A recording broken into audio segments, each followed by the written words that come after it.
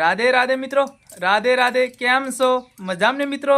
તો અત્યારે અમે જો મિત્રો તમે જોઈ શકો છો, અમે જો સાક્ષીનો મમ્મી બીમાર થઈ ગયો હતો અને હા આજે રજા લઈને અમે ઘેર પણ આવી ગયા અને સાક્ષી અત્યારે જો એમનો મમ્મીને દવા ગોળી આપે છે અને આરામ થઈ ગયું છે. અને જો અચાનક બીમાર થઈ ગયો હતો. શું કેવું સાક્ષી?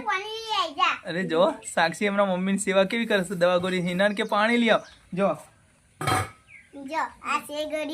હા જો એમનો મમ્મીને દવા આલે અને અચાનક જ બીમાર થઈ ગયો.